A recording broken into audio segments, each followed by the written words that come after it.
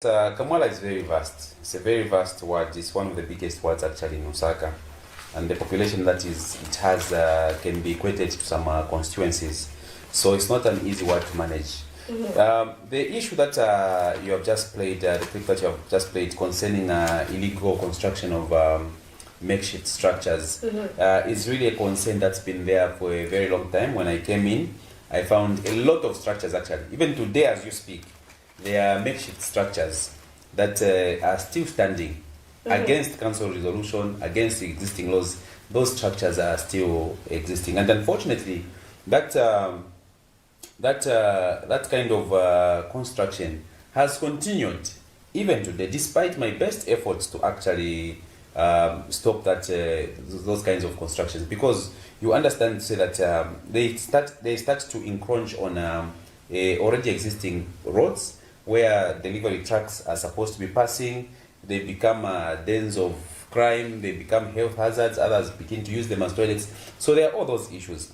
And I've written, I think several times, I've written officially to the council to have those unsanitary and disused booths to be removed. I've also said even the construction of makeshift structures must be stopped, because as a civic leader, my job ends where I say this is what is wrong. Can the council act on it? But you find that there are even booths, not the ones which you are showing. There are some makeshift structures which have been built on the wall of a shop. Someone's shop, they go and build makeshift structures there. Those were built, those I found them, and some Zambians of Indian origin complained to say, look, Wakansa, these makeshift structures are a hazard to us, because we don't know at night if maybe somebody will just close themselves in there, and they'll start drilling holes into our shop and get away with it. Those things have been reported, but have they been acted upon? Up to now, they have not been acted upon, and that's why I say there's a big failure on the part of the council itself. You know, some people when you say council, but are you not a council? Yes, I'm. Is it the Department of City Planning? Yes, the Department of City Planning itself, and the Department of Administration. These are the ones.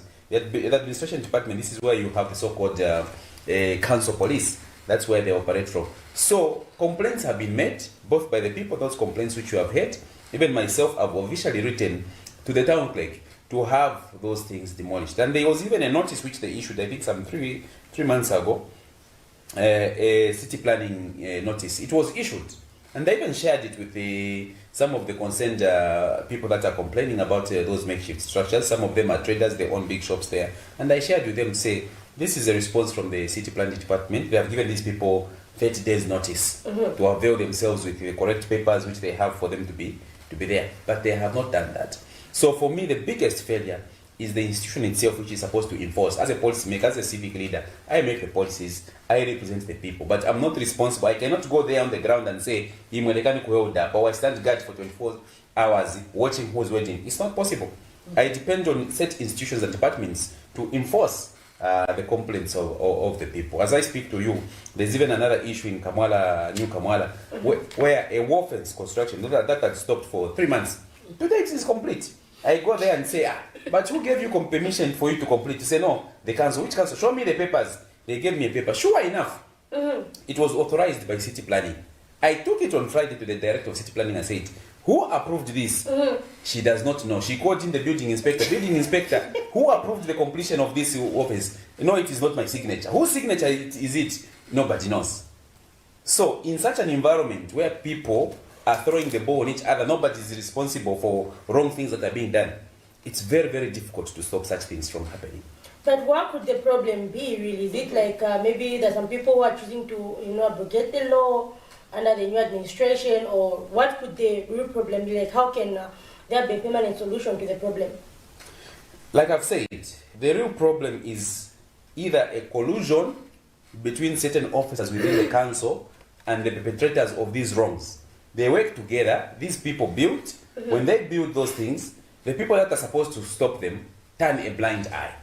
Before you know it, makeshift structures are complete. Before you know it, complaints start coming. Others even say, no, I think in the vacancy it's not me. It's not even people that I know, But the accusation will come. People expect me. Yes, Wamanga. It's not me. That was the case in Kamwala Ward 5. No, I don't know. The councillor is the one approving for these people to build at night and all that. Not at all. Not at all. Not at all. Because when such things are happening, I rely also on information that comes from the market master. You know, every market has got a market master, it's got council police. Those are the people I rely on to inform me of what is happening. And of course, even the traders in there who have got concerns, I rely on information and complaints from them like that.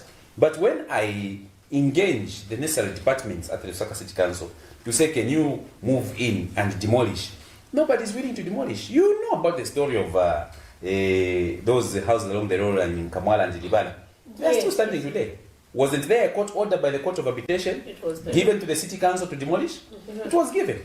Up to date, they have never demolished. So you see there's this inertia or unwillingness for the council to even enforce laws which are clearly given to them. Say, here is the law, these houses were built on the wrong place. Can you go ahead and demolish?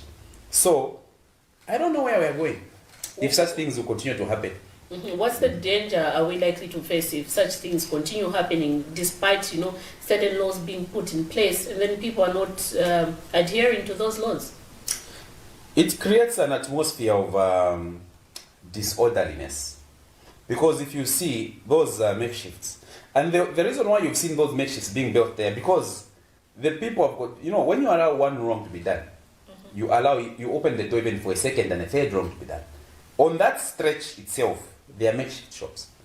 If you went there, probably if you started from the beginning where the roller starts, there are makeshift shops. They've been standing there for 2-3 years. So the idea is, since those are built, even as we can build, when people come to demolish, they'll say, okay, but you see that kind of arrangement. Even on the flyover bridge, you've seen over the flyover bridge that Cafe about the flyover bridge. There are a lot of makeshift shops there, and at the end of the day, it's the people themselves. The people who say, "Manje akansela mukatipanyira, tijese rapo bani, tizaenda kuti." So there are all those social considerations which come in. So that's why the best time to stop those things is when they are being constructed. But I don't even know what time they are constructed. You pass there after a week, you find they are finished. You pass there, you find there is a frame. The next day, it is finished. So for me, the understanding is that the same people in the markets, they know who is doing that, and I want to appeal to them. If they know who is doing that, report those people to the police or report them to the council, so that the council can move in. We can show them, say, here are the culprits. Can you act on them? Otherwise, if people continue to complain and behave like the council, whereby when you take a paper that belongs to them and they say we don't know who signed it, then we're not going anywhere. Don't you think this is a wake-up call to show that, you know, there's need to build more markets in the country? Because a lot of people are abrogating these laws and building up these illegal structures because of lack of markets. You know, the problem is not just about a lack of markets. Today, if I tell you to say, let's go into Soweto market, you're going to find vacant stands. Vacant. If I tell you, let's go to Old Soweto BH market, you're going to find vacant stands. There is also a resistance on the part of traders or vendors to go in and trade from these markets, because one, they are running away from levy. Two, they want to be closer to the market where you knock off when you just pass, you come out of the office on the that's where they want, because they know that's where they'll easily sell. Mm-hmm. So it's about being closer to the market. Those markets, the ones that are built most of them they're empty. They're only maybe about 50% full. I think the mayor even gave a statement last Thursday about markets. Mm-hmm. Most of the market capacity, there are about 5,000 stands vacant at the moment. So it's not really about a lack of capacity. No, the capacity is there. You even have Simon Mwewa market, which will be launched. I don't know when. There's still some other things that need to be done for it to be launched. It's there. So even that one is going to absorb more people. But of course, if you look like markets like Lubama, it's very full. Very full. There's no even where you can say, let's start expanding the market. It's very full to capacity, and that's why you find people engaging in such illegal activities of building makeshift shops, because they know the moment it is complete, people straight jump in and want to rent, because it's in an area that has got a lot of people coming in and coming out of the area. Mm-hmm. Don't you think now you need to strategize as council of starting to charge those people who want to trade outside the marketplaces more fees than those who trade in the